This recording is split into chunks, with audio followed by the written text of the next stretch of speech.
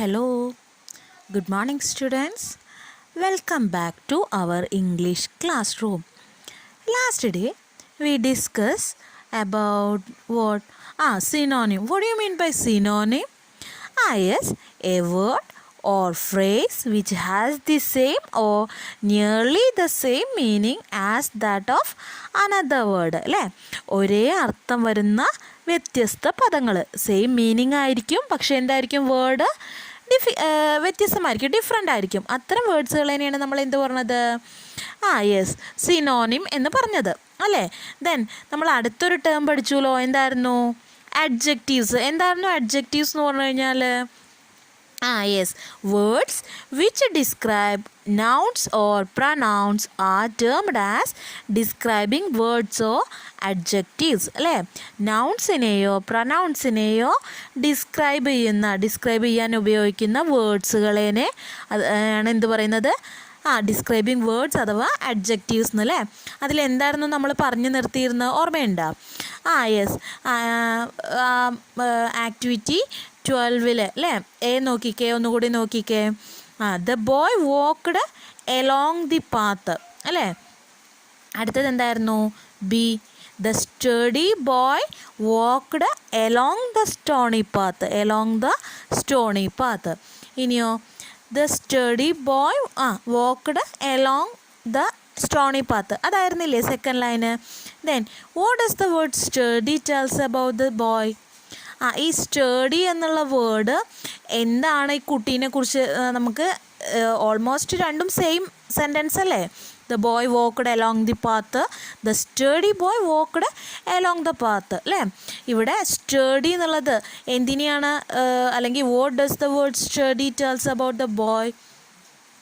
Tells us about the boy.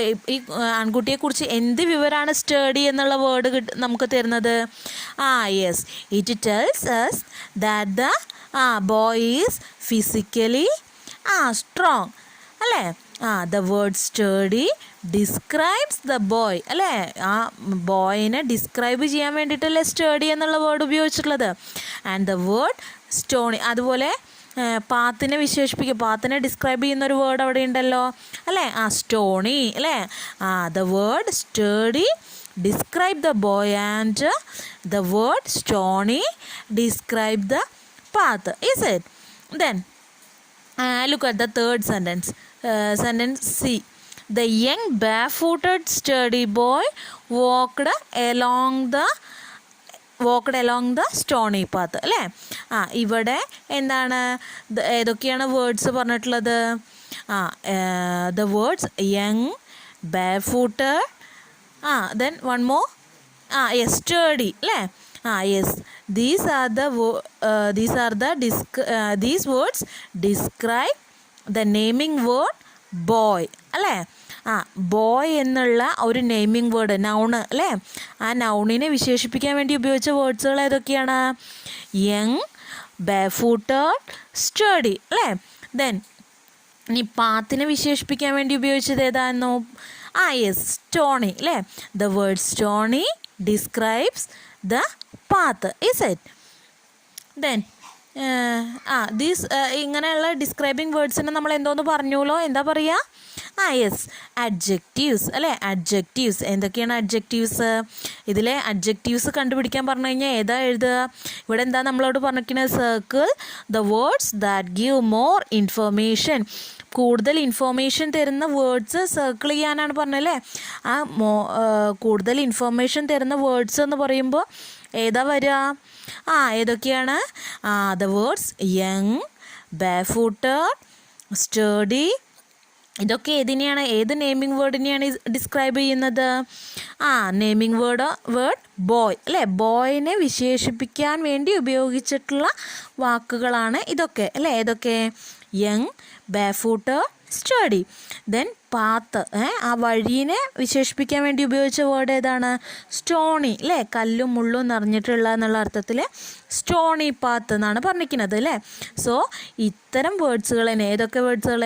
Young, barefooted, study, Stony, ഈ വേർഡ്സുകളൊക്കെയാണ് നമ്മളെ സെൻറ്റൻസുകൾക്ക് കൂടുതൽ ഇൻഫർമേഷൻ ഈ ബോയിനെ കുറിച്ചാണെങ്കിലും ബോയ് എന്നുള്ളൊരു നൗണിനെ കുറിച്ചിട്ട് കൂടുതൽ വിവരം തരുന്നു, പാത്തിനെ കുറിച്ച് കൂടുതൽ ഡിസ്ക്രൈബ് ചെയ്യുന്നു അല്ലേ.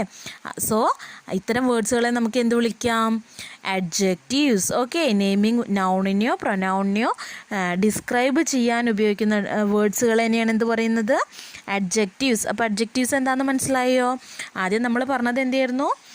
ആദ്യം നമ്മൾ സിനോണിമാണ് പറഞ്ഞത് അല്ലേ. സിനോണിം എന്നല്ലേ പറഞ്ഞത്. സിനോണിം എന്ന് പറഞ്ഞു കഴിഞ്ഞാൽ എന്താണ്? യെസ്, ഒരു വേർഡിന് അതേ അർത്ഥം വരുന്ന മറ്റു പദങ്ങൾ, അതാണ് synonym. Okay, A word or phrase which has the same or nearly the same meaning as that of another word അല്ലേ, അതാണ് എന്ത്?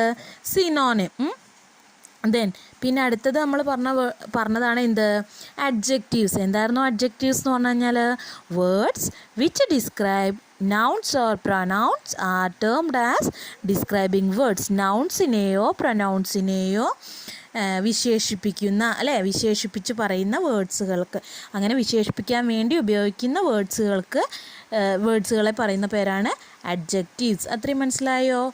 Okay, then look at the paragraph. Here is an extract from the story How Far is the River. Read it carefully. എന്താണ് ഒരു paragraph കൊടുത്തിട്ടുണ്ട്. നമ്മൾ ആ സ്റ്റോറിയിലത്തെ paragraph തന്നെയാണ്, ശ്രദ്ധിക്കുക. A trickle of water came from the hillside and the boy stopped to drink. The water was cold and sharp but very refreshing. However, it seemed to have the effect of making him more thirsty. The sun was striking his side of the hill, and the dusty path became hotter, the stones scorching the boy's feet. He was sure he had gone halfway. He had walked for over an hour. ഇത് നമ്മുടെ സ്റ്റോറിയിലെ അല്ലേ, how far is the river എന്നുള്ള സ്റ്റോറിയിലെ ഒരു കുഞ്ഞു ഭാഗമാണ്. ഇനി നമ്മളോട് എന്താ പറഞ്ഞിരിക്കുന്നത്? Now pick out the describing words and naming words from the extract and strike them on the backs given below. One each has been done for you. ഇതെന്ത് ചെയ്താൽ മതി? ഇത് നിങ്ങൾ നോട്ടിൽ എഴുതിയാൽ മതി. ഓക്കെ, നോട്ടിൽ എഴുതിയാൽ മതി. ഡിസ്ക്രൈബിംഗ് വേർഡ്സ് നമ്മൾ ഓൾറെഡി പറഞ്ഞു അല്ലേ, അതായത് അഡ്ജക്റ്റീവ്സ് കണ്ടുപിടിക്കുക. ഈ അഡ്ജക്റ്റീവ്സ് ഏത് നെയിമിംഗ് വേർഡിനെ അല്ലെങ്കിൽ നൗണിനെയാണോ വിശേഷിപ്പിക്കാൻ വേണ്ടിയിട്ടാണോ ഉപയോഗിച്ചത്, ആ വേർഡും എന്ത് ചെയ്യുക? നെയിമിംഗ് വേർഡ് എന്നുള്ള ഹെഡിങ് കൊടുത്തിട്ട് അത് എഴുതുക. ഡിസ്ക്രൈബിംഗ് വേർഡ് എന്നുള്ളത് കൊടുത്തിട്ട് ആ ഡിസ്ക്രൈബിംഗ് വേർഡ്സ് ഏതൊക്കെയാണ് ഉപയോഗിച്ചിട്ടുള്ളതെന്ന് അതും എഴുതുക. ചിലപ്പോൾ എന്തുണ്ടാവും? നെയിമിംഗ് വേർഡ്സിനെ ഇപ്പോൾ ഇവിടെ ഒരു എക്സാമ്പിൾ കൊടുത്തേക്ക് നോക്കിയേ. വാട്ടർ അല്ലേ, നെയിമിംഗ് വേർഡിൽ എന്താ കൊടുത്തിട്ടുള്ളത്? വാട്ടർ. പിന്നെ ഡിസ്ക്രൈബിംഗ് വേർഡ്സിൽ കോൾഡ് അല്ലേ, ഡിസ്ക്രൈബിംഗ് വേർഡ്സ് കോൾഡ്. ഈ വാട്ടറിനെ വിശേഷിപ്പിക്കാൻ വേണ്ടിയിട്ടാണ് കോൾഡാണ് എന്ന് പറഞ്ഞിട്ടുള്ളത്. ഈ വാട്ടറിനെ തന്നെ വിശേഷിപ്പിക്കാൻ വേണ്ടി വേറെ ഉപയോഗിച്ചിട്ടില്ലേ? ഷാർപ്പ് പറഞ്ഞിട്ടുണ്ട്, റീഫ്രഷിങ് ആണെന്ന് പറഞ്ഞിട്ടുണ്ട് അല്ലേ. സോ അതൊക്കെ എന്താണ്? വാട്ടർ എന്നുള്ള വേർഡിനെ, നെയിമിംഗ് വേർഡിനെ വിശേഷിപ്പിക്കാൻ വേണ്ടി ഉപയോഗിച്ചിട്ടുള്ള ഡിസ്ക്രൈബിംഗ് വേർഡ്സുകളാണ്, അതായത് അഡ്ജക്റ്റീവ്സ് ആണ്. ഏതൊക്കെയാണ് വരിക? കോൾഡ് ഉണ്ട്, പിന്നെ ഷാർപ്പ് ഉണ്ട്, റിഫ്രഷിങ് ഉണ്ട് അല്ലേ. ഇനി അതുപോലുള്ള നെയിമിംഗ് വേർഡ്സ് വേറെ ഏതൊക്കെ പറയാം നമുക്ക് വേണമെങ്കിൽ? ബോയിനെ പറയാം അല്ലേ, ഈ കുട്ടീനെ കുറിച്ച് പറയാം. കുട്ടി നെയിമിംഗ് വേർഡാണ്, നൗണാണ് അല്ലേ. പിന്നെ അടുത്തതോ? Yes, path. നമ്മൾ ഓൾറെഡി പറഞ്ഞു വെച്ചിട്ടുള്ള പാത്ത്. അപ്പോൾ ഡിസ്ക്രൈബിംഗ് വേർഡ്സിൽ ഏതൊക്കെ നമുക്ക് എഴുതാം? കോൾഡ് എഴുതാം, ഷാർപ്പ് എഴുതാം, റിഫ്രഷിങ് എഴുതാം. ഓക്കെ, ഇത് നിങ്ങൾ നോട്ടിക്കാണ് ഈ ആക്ടിവിറ്റി എഴുതിയെടുക്കേണ്ടത് കേട്ടോ. പിന്നെന്താ? നെയിമിംഗ് വേർഡ്സിൽ വാട്ടർ എഴുതാം, ബോയ് എഴുതാം, പാത്ത് എഴുതാം അല്ലേ. അപ്പോൾ ഏതെങ്കിലും ഒരു നെയിമിംഗ് വേർഡിനെ, നൗണിനെയോ അല്ലെങ്കിൽ പ്രൊനൗണിനെയോ, എന്താ പ്രൊനൗൺ എന്ന് പറഞ്ഞു കഴിഞ്ഞാൽ? നൗൺ എന്ന് പറഞ്ഞു കഴിഞ്ഞാൽ എന്തായിരുന്നു? നൗൺ എന്ന് പറഞ്ഞു കഴിഞ്ഞാൽ നാമം അല്ലേ, ഒരു പേര് അല്ലെങ്കിൽ ഒരു സ്ഥലത്തെ സൂചിപ്പിക്കാൻ ഉപയോഗിക്കുന്ന വാക്കുകൾ. അതിന് പകരമായിട്ട്, അതായത് ഇപ്പോൾ നിങ്ങൾ ആലോചിച്ച് നോക്കിയേ, പ്രൊനൗൺ എന്ന് പറഞ്ഞു കഴിഞ്ഞാൽ എന്താണ്? പ്രൊനൗൺ എന്ന് പറഞ്ഞു കഴിഞ്ഞാൽ ഇപ്പോൾ നോക്കിയേ, രാജു നല്ല കുട്ടിയാണ്. രാജു നന്നായി പഠിക്കും, രാജു നന്നായി പാട്ട് പാടും. ഇതിങ്ങനെ ഈ രാജു രാജു രാജു കേൾക്കുമ്പോൾ നമുക്കൊരു ബോറടിയില്ലേ?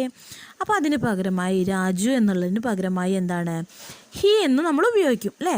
രാജു നല്ല കുട്ടിയാണ്, he is A brilliant boy, he is A studious boy. അങ്ങനെ അവനെക്കുറിച്ച് പറയുമ്പോൾ വീണ്ടും റിപ്പീറ്റ് ചെയ്ത് വരാതിരിക്കാൻ വേണ്ടിയിട്ട് ഈ രാജു എന്നതിന് പകരമായിട്ട് ഉപയോഗിച്ച രാജുവിൻ്റെ പ്രൊനൗണാണ് ഇത് ഹി അല്ലേ? അങ്ങനെ ഓരോന്നിനും പ്രൊനൗൺ ഉണ്ട്, ഓരോ നൗണിനും പ്രൊനൗൺ ഉണ്ട്. അത്തരം നൗണിനെയോ പ്രൊനൗണിനെയോ വിശേഷിപ്പിക്കാൻ ഉപയോഗിക്കുന്ന വേർഡ്സുകൾ, അതിനെയാണ് എന്ത് പറയുന്നത്? അതിനെയാണ് നമ്മൾ എന്ത് പറയുന്നത്? Yes, adjectives. ഇപ്പോൾ മനസ്സിലായോ? അപ്പോൾ നമ്മൾ നോട്ടിലാണ് ഇത് എഴുതേണ്ടത്. ഡിസ്ക്രൈബിങ് വേർഡ്സ് എന്ന് എഴുതുക, എന്നിട്ട് ഏതൊക്കെയാണെന്ന് വെച്ചാൽ അത് കണ്ടുപിടിച്ച് എഴുതുക. ടീച്ചർ പറഞ്ഞു തന്നു അല്ലേ? പിന്നെ നെയിമിങ് വേർഡ്സ് ഏതാണ് അതും കണ്ടെത്തി എഴുതുക. ഓക്കെ, ഇനി അടുത്ത ഒരു ഭാഗമുണ്ട്, അടുത്തൊരു ആക്ടിവിറ്റി നോക്കിക്കേ. Read the description of the path and take note of the words in bold. താഴെ ഒരു പാരഗ്രാഫ് കൊടുത്തിട്ടുണ്ട് അല്ലേ? ഇനി the path to the river dropped steeply into the valley, then rose and went round the big mountain. It was frequently used by the villagers, the woodcutters, milkmen and mule drivers, but there were no villages beyond the mountain or near the river. അപ്പോൾ ഇവിടെ ഈ paragraph കൊടുത്തപ്പോൾ അതിൽ ചില വേർഡ്സുകൾ മാത്രം bold ലെറ്റേഴ്സിൽ കൊടുത്തിട്ടുണ്ട് അല്ലേ? ബോൾഡാക്കി കൊടുത്തിട്ടുണ്ട്. Look at the sentence. The path to the river dropped steeply. Which word shows the relation between the path and the river? ഏതാണ് റിവറിനെയും പാത്തിനെയും തമ്മിലുള്ള റിലേഷൻ കാണിക്കുന്നത്?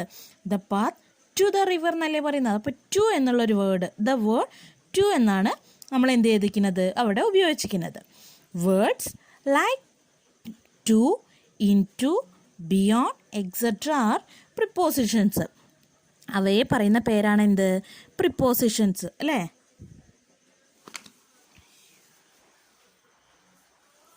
അപ്പോൾ അവയെ പ്രിപ്പോസിഷൻസ് എന്ന് പറഞ്ഞു. ഇത് മാത്രമല്ല പ്രിപ്പോസിഷൻസ്, ഇനി ഒരുപാട് എണ്ണം വരുന്നുണ്ട്. അത് ടീച്ചർ അടുത്ത ക്ലാസ്സിൽ പറഞ്ഞുതരാം. നിങ്ങൾ എന്ത് ചെയ്യണം? ഈ ആക്ടിവിറ്റി 13 നന്നായി ഒന്ന് വായിച്ചു നോക്കുക. ഓക്കെ, അത് ടീച്ചർ ഡീറ്റെയിൽ ആയിട്ട് അടുത്ത ക്ലാസ്സിൽ പറഞ്ഞുതരാം. മക്കൾ എഴുതേണ്ടത് എന്താണ്? ഈ പ്രിപ്പോസിഷൻ്റെ നോട്ട് ടീച്ചർ തരാം. അതിന് മുന്നേയായിട്ട് ഈ ഡിസ്ക്രൈബിങ് വേർഡ്സും നെയിമിങ് വേർഡ്സും ഏതാണെന്ന് മുകളിലത്തെ പാരഗ്രാഫ് ഒന്ന് കണ്ടുപിടിച്ച് നോട്ടിലേക്ക് എഴുതിയെടുക്കുക. ഓക്കെ, ക്ലിയർ ആയല്ലോ? അപ്പോൾ നമ്മൾ ഏതൊക്കെ പഠിച്ചു? സിനോണിംസ് പഠിച്ചു, അഡ്ജക്റ്റീവ്സ് പഠിച്ചു അല്ലേ?